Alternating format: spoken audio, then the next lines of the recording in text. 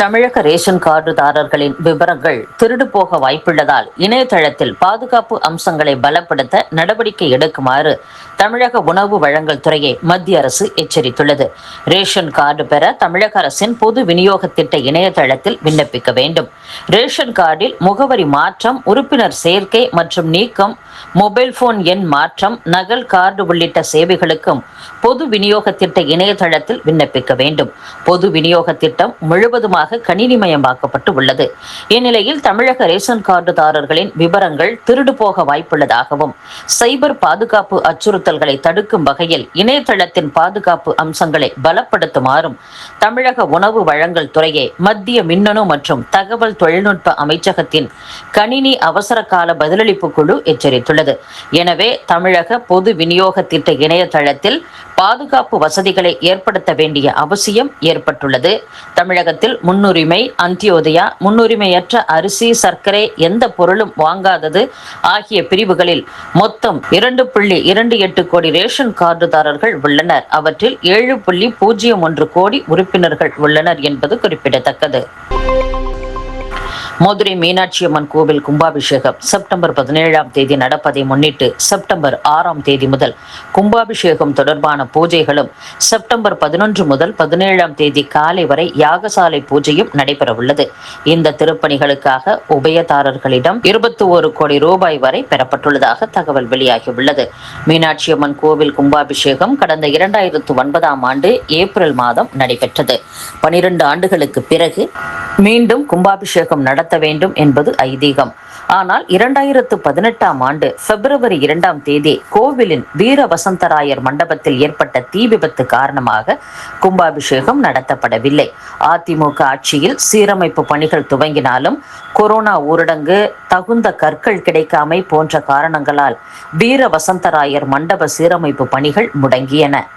கடந்த திமுக ஆட்சியில் சீரமைப்பு பணிகள் துவங்கப்பட்டதோடு கும்பாபிஷேகத்திற்கான திருப்பணிகளும் தொடங்கப்பட்டன. கோவில் நிதி 15.81 கோடி ரூபாய், உபயதாரர் நிதி 5.16 கோடி ரூபாயில் கோவில் பணிகள் நடந்தன. திருப்பணி, யாகசாலை பூஜை என உபயதாரர்களிடம் 21 கோடி ரூபாய் பெறப்பட்டுள்ளது. 17 ஆண்டுகளுக்கு பிறகு கும்பாபிஷேகம் செப்டம்பர் 17ஆம் தேதி காலை 7:40 முதல் 8:10 நடைபெறவுள்ளது.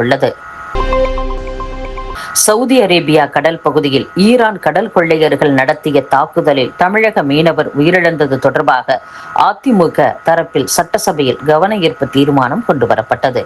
அதை சபாநாயகர் விவாதத்திற்கு எடுத்துக்கொள்ளாதது குறித்து எதிர்ப்பு தெரிவித்து அதிமுக எம்எல்ஏக்கள் வெளிநடப்பு செய்தனர்.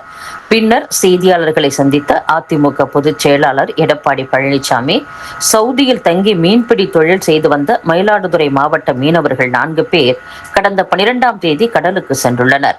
அப்போது ஈரானிய கடல் கொள்ளையர்கள் தாக்கியதில் மாவீரன் என்பவர் உயிரிழந்தார். 3 பேர் பலத்த காயங்களுடன் சவுதி மருத்துவமனையில் சிகிச்சை பெற்று வருகின்றனர். கொல்லப்பட்டவரின் உடலை தமிழகத்திற்கு கொண்டு வரவும், காயமுற்றவர்களை மீட்டு உரிய சிகிச்சை அளிக்கவும், அவர்களின் குடும்பத்திற்கு உதவவும் அரசின் கவனத்தை ஈர்க்க கோரி கவன ஈர்ப்பு தீர்மானம் கொண்டு வந்தோம். தமிழர்கள் எங்கு பாதிக்கப்பட்டாலும் அவர்களுக்கு குரல் கொடுப்பதுதான் அரசின் கடமையாக முந்தைய காலங்களில் இருந்தது. இந்த அரசு தமிழகத்தை காப்போம் என பேச்சளவில் தான் பேசுகிறது. தற்போது உள்ள அரசு ரீல்ஸ் வெளியிட்டு ரீல் விடும் அரசாக நடந்து கொண்டிருக்கிறது என்றும் எடப்பாடி பழனிசாமி பேசியுள்ளார். 3 துறைகள் தொடர்பாக ஆய்வு செய்து அது தொடர்பான ஆதாரம் என் டேபிளில் உள்ளது என்று முதலமைச்சர் விஜய் கூறியுள்ளார். சட்டசபையில் நடந்த விவாதத்தின் போது அமைச்சர் ராஜ்மோகன் பேசுகையில், அமைச்சர்கள் பல்வேறு விஷயங்களை சுட்டிக்காட்டி பேசுகின்றனர். அதற்கு எதிர்க்கட்சியினர் ஆதாரம் கேட்கின்றனர். நம் முதல்வர் ஆதாரங்களை திரட்டி வைத்திருக்கிறார். அவர் எடுத்து காட்டினால் அவர்கள் நிலைமையை நினைத்து பார்க்கிறேன், கொஞ்சம் கவலையாக இருக்கிறது என்று பேசியுள்ளார். அடுத்து பேசிய முதலமைச்சர், நான் இதை சொல்ல வேண்டாம் என நினைத்தேன். ஆதாரம் என கேட்கின்றனர். ஒரு வாரத்திற்கு முன் இங்கு நிதியமைச்சர் பேசும்போது 3 துறை தொடர்பாக ஆய்வு செய்து அது தொடர்பான விவரம் எனது டேபிளில் இருக்கிறது என சொன்னார். அவர் போகிற போக்கில் அதை சொல்லவில்லை. உண்மையிலேயே எனது டேபிளில் அத்தனையும் ஆதாரத்துடன் இருக்கின்றன. அதை ஓபன் பண்ண வைத்து விடாதீர்கள். எதை எப்போது ஓபன் பண்ண வேண்டுமோ அப்போது அது கரெக்டாக ஓபன் செய்யப்படும். மக்களிடம் எப்போது பேச வேண்டும், என்ன பேச வேண்டும், எப்படி பேச வேண்டும் என்பதை எல்லாம் பேசிவிட்டோம். அன்பாக ஆசையாக அவர்கள் எங்களை இங்கு கொண்டு வந்து உட்கார வைத்துள்ளனர்.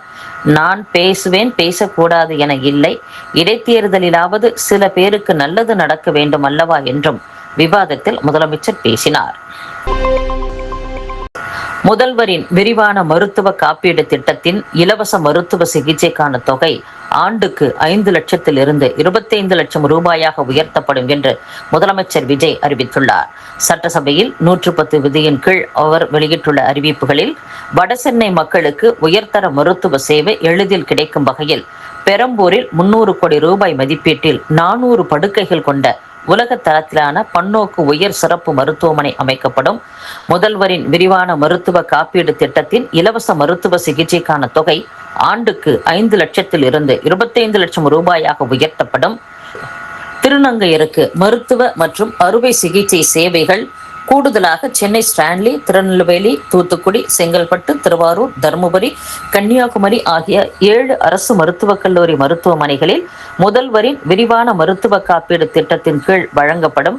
அரசு மருத்துவக் கல்லூரிகளில் 351 கோடி ரூபாய் மதிப்பீட்டில் கூடுதல் செவிலியர் மருத்துவ பணியாளர்களுக்கான மாணவர் சேர்க்கை இடங்கள் உருவாக்கப்படும். மேலும் 7 புதிய அரசு செவிலியர் கல்லூரிகள் தொடங்கப்பட்டு 660 பிஎஸ்சி செவிலியர் மாணவர் இடங்கள் உருவாக்கப்படும் என்றும், அரசு மருத்துவக் கல்லூரி மருத்துவமனைகளுக்கு 106 கோடி ரூபாய் மதிப்பீட்டில் ரோபோட்டிக் அறுவை சிகிச்சை, லீனியர் ஆக்சலேட்டர், கதிர்வீச்சு, நவீன கருவிகள் வழங்கப்படும் என்றும் முதலமைச்சர் விஜய் அறிவித்துள்ளார்.